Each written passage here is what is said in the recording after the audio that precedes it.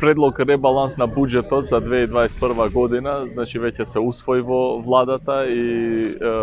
реално ние за делот на земјоделството и руралниот развој сме издвоиле огромни средства за да можат да се исплатат сите останати субвенции, но и нови мерки што се предвидени во самата програма. Како директни плаќања дополнителни средства се додадени во делот на Агенцијата за финансиска поддршка на земјоделството и руралниот развој околу 3 милијарди денари, а дополнителни над 500 милиона се додадени во делот на рурален развој.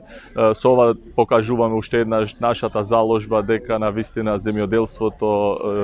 руралниот развој ни се примарни, приоритетни и за владата, и за министерството, и за цела држава, и очекуваме дека резултатите од